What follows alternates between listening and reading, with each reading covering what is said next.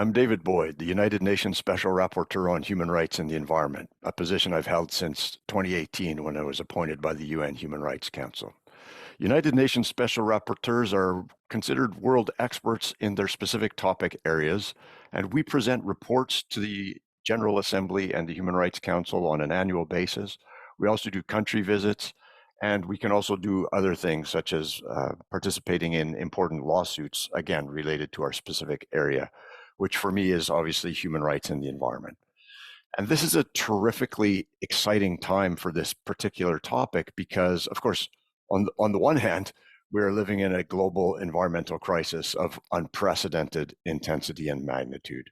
Whether we're thinking of the climate crisis, the fact that air pollution kills more than 7 million people every year, the fact that billions of people do not have access to clean water, that hundreds of millions of people don't get enough food to eat on a daily basis, the fact that 1 million species are at risk of extinction, or the fact that each of us in our bodies, we contain toxic substances that are affecting our health. This is a human-made crisis, and it has been 50 years that we've been attempting through stronger environmental laws and policies to address this global challenge. And yet we have been successful in some cases, and I think it's important to acknowledge those successes, but we still face immense problems on the short-term horizon. So the really exciting part about bringing a human rights perspective to these environmental challenges is that human rights brings a set of institutions, processes, and solutions that transform the way that governments and businesses act. And I think you can think of this if you think about the way that human rights played a role in the transformation of society hundreds of years ago when we were plagued by slavery. Human rights and the right to freedom and liberty was really a critical part of that transformation, the emancipation of slaves, including court cases and political leaders. But human rights played a critical role in that. Human rights also played a critical role, obviously, over the course of the 20th century in the women's equality movement, in the movement for the rights of Indigenous peoples, in the movement to end the horrible practice of apartheid in South Africa. And now, in the face of this global environmental crisis, human rights again have an important role to play. And that's why it's really exciting that in 2021, for the first time, the United Nations came together at the Human Rights Council and recognized that everyone, everywhere, has the right to live in a clean, healthy, and sustainable environment. This is not a brand new human right. It's been recognized at the national level, dating back to the 1970s when countries like Slovenia, Portugal, and Spain put this in their constitutions. Some American states put it in their state constitutions back in the 1970s, such as Pennsylvania, Hawaii, Montana, and others.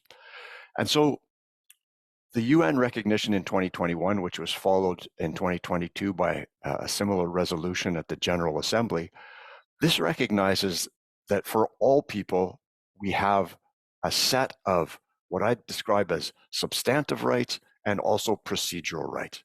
The substantive rights include clean air, safe and sufficient water and adequate sanitation, healthy and sustainably produced food, non-toxic environments where we can live, work, learn, play, and worship, healthy ecosystems and biodiversity, and of course, a safe climate. And then the procedural rights that are also part of the human right to a healthy environment really can be thought of as a toolkit that we can use to achieve those substantive outcomes. And these include the right of public participation, access to environmental information, freedom of assembly, and of course, access to justice with effective remedies.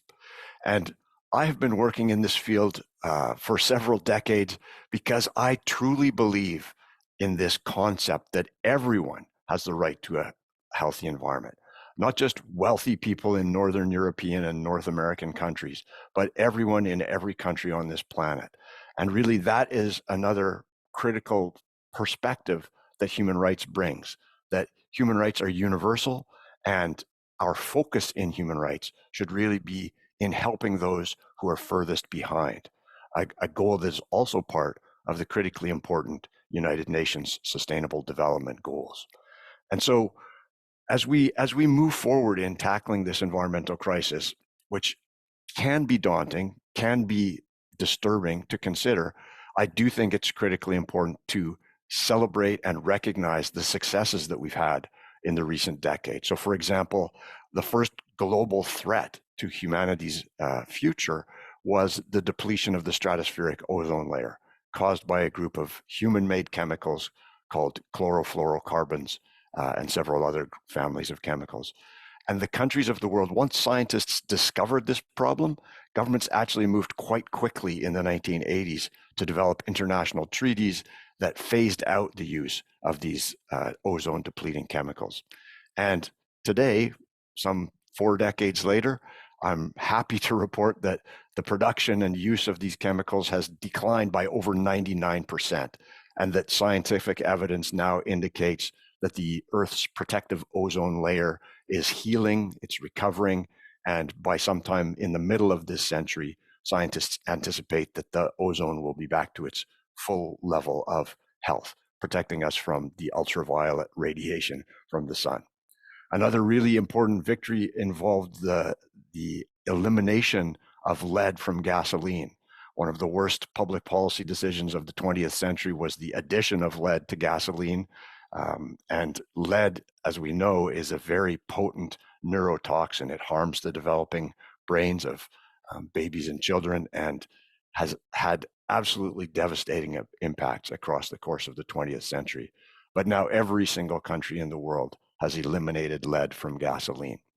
Lead is still a problem. There are other uses of lead that have not been eliminated, such as lead used in batteries, lead used in some consumer products, but we are making progress in that.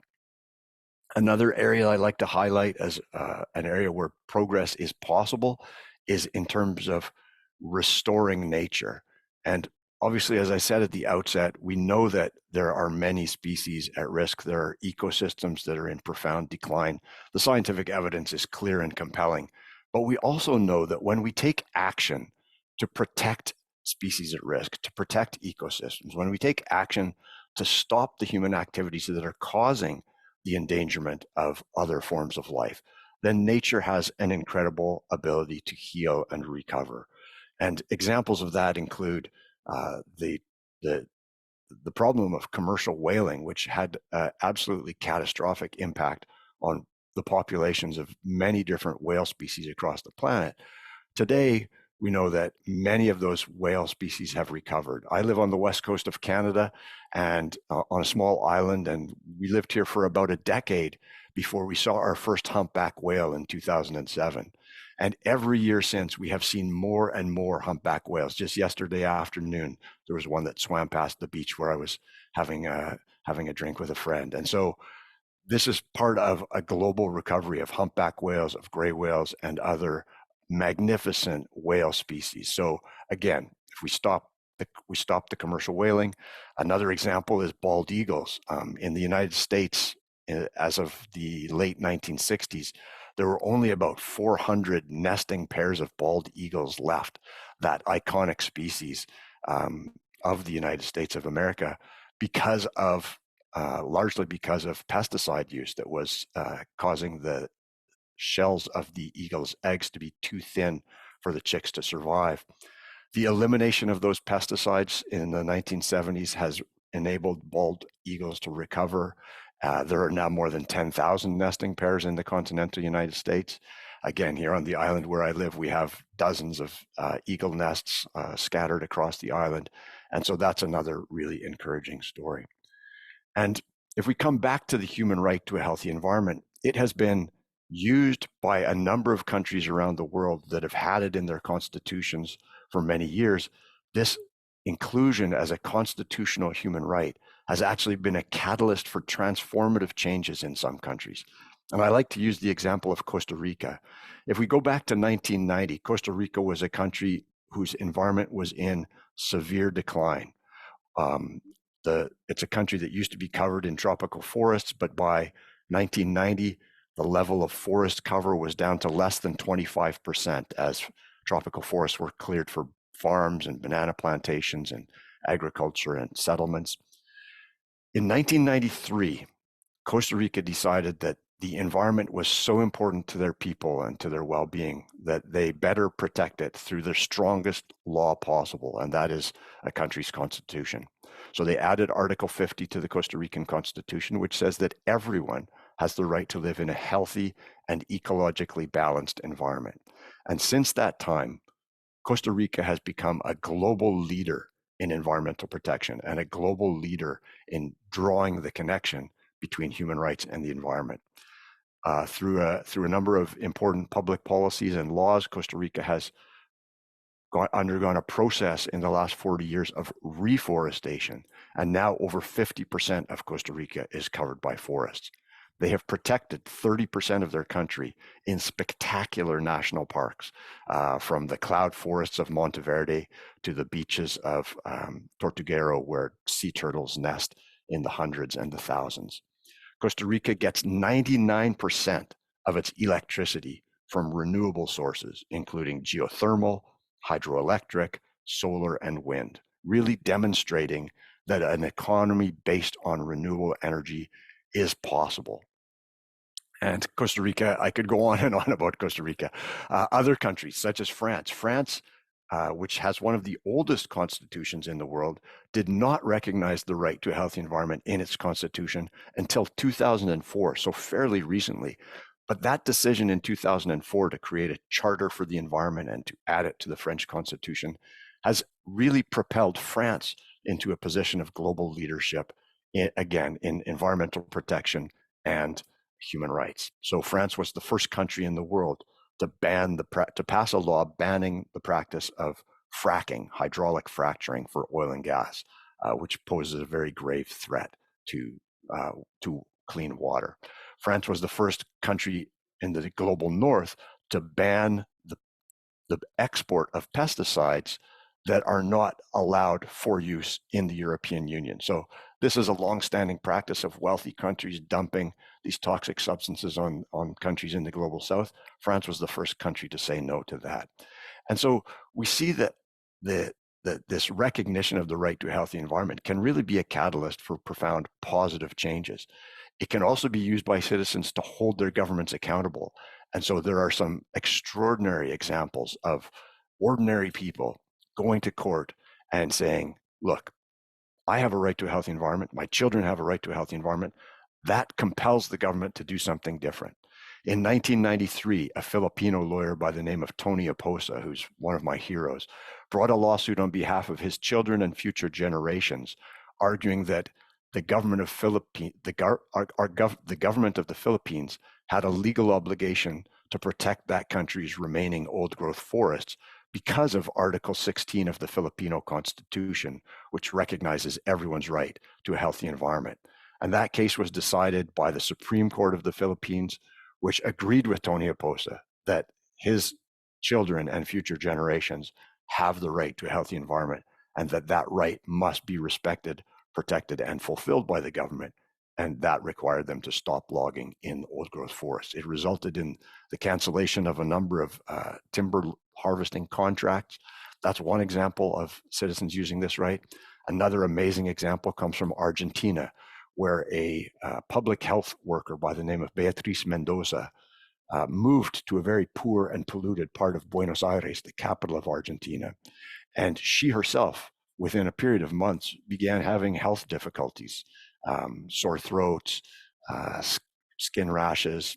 And so she went to see her doctor.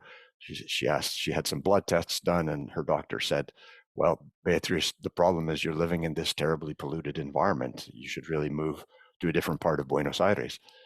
But Beatriz Mendoza, to her enduring credit, didn't think that was the right thing to do.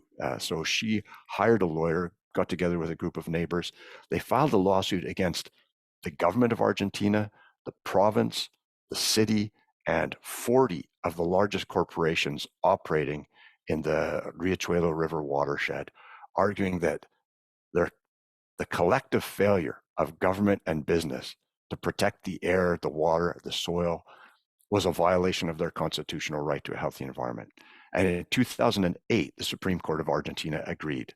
And the Supreme Court ordered all three levels of government to come up with a coherent plan to clean the air, to clean the water, to bring in proper drinking water treatment facilities, proper sewage treatment facilities, to have proper waste management systems, to clean the Riachuelo River, to have specific health clinics set up for members of the poor community so that they could get the kind of health advice and assistance that they needed.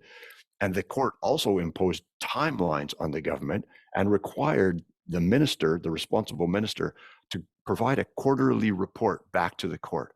So Argentina ended up spending literally billions of dollars to build drinking water infrastructure, wastewater infrastructure. They have transformed large areas of that, what was once one of the most polluted parts of South America, into a place where people can live healthy, dignified lives. So that's another quite inspiring example of how the right to a healthy environment can make a difference. In my work with the United Nations, I've presented a series of reports to the General Assembly and the Human Rights Council on those fundamental elements of the right to a healthy environment: clean air, safe and sufficient water and adequate sanitation, healthy and sustainably produced food, non-toxic environments, healthy ecosystems and biodiversity, and a safe climate. And I'm pleased to report that some governments are taking those reports very seriously. Each of them includes clear guidance on what the obligations of governments are to fulfill people's right to a healthy environment. And of course, there are also some times when governments don't fulfill those responsibilities. And so I've been very honored to support communities in countries around the world that have had the courage to file lawsuits against their governments to hold them accountable.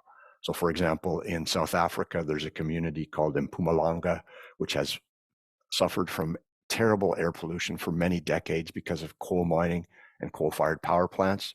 Two environmental justice organizations filed a lawsuit against the government of South Africa using their right to a healthy environment under Article 24 of the South African Constitution. And I filed what's called an amicus curiae brief, or a friend of the court brief, putting forth the international human rights law about how critically important clean air is to everyone's right to a healthy environment.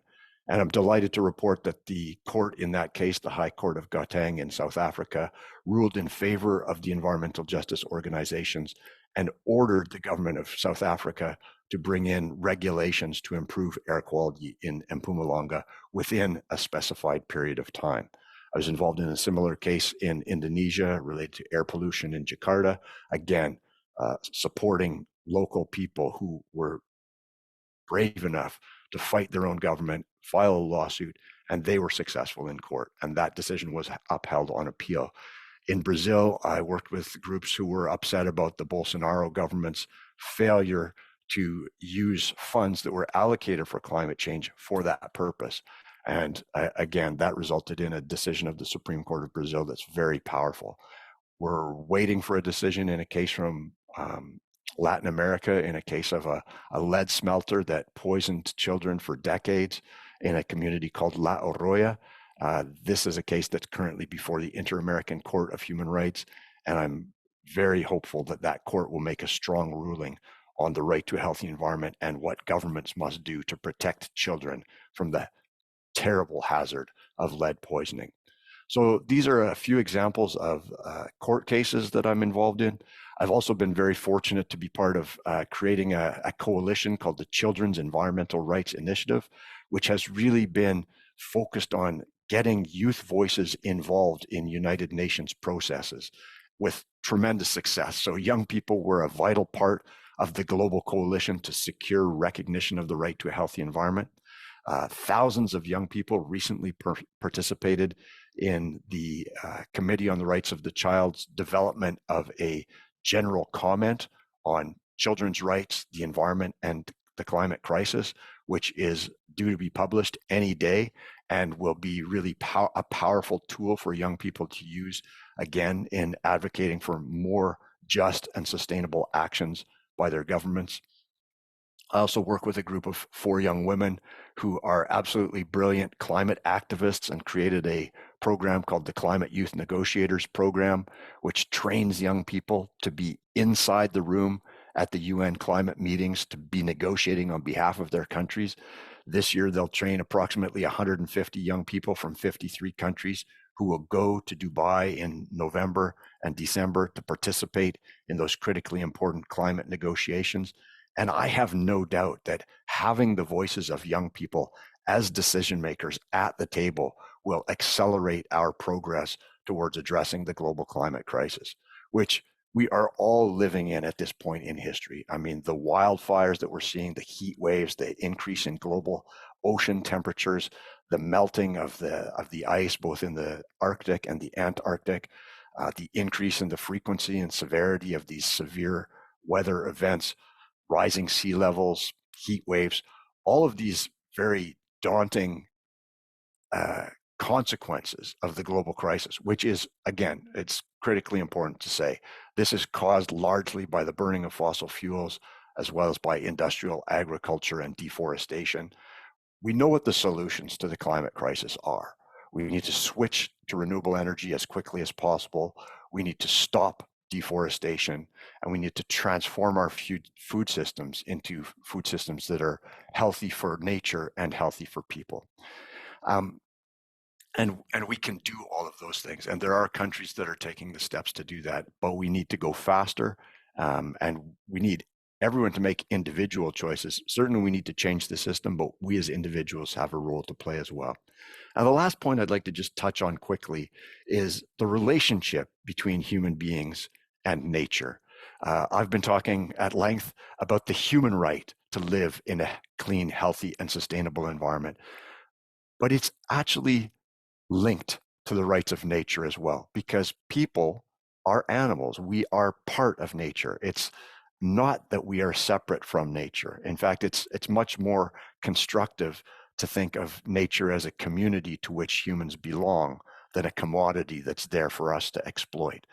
And what's really exciting for me is that in Latin America, which is really in the vanguard of advancing the human right to a healthy environment, a number of countries have begun to recognize the rights of nature. Ecuador put the rights of nature, the rights of Pachamama, in their constitution in 2008, and have since changed more than 70 laws, regulations, and policies to incorporate the rights of nature. There's some very progressive court decisions from Ecuador on the rights of nature. And courts throughout the region are beginning to interpret the constitutional right to a healthy environment, which is a human right, as having two aspects to it. Obviously, an aspect that requires the environment to be healthy for human well-being, but a second aspect that says the environment has the right to be healthy because of its own intrinsic value. And I think that's a real conceptual breakthrough, to recognize that humans are part of nature and that nature has rights as well. So it's an exciting time, it's a challenging time, and I hope that all of you will use your right to a clean, healthy environment. Use your voice to advance the cause, especially for those people who are vulnerable and marginalized, who most urgently need access to clean air, clean water, healthy and sustainably produced food. And we all need healthy ecosystems, healthy biodiversity, non-toxic environments, and a safe climate. Thank you very much, and thank you for all of your work on behalf of people and the planet.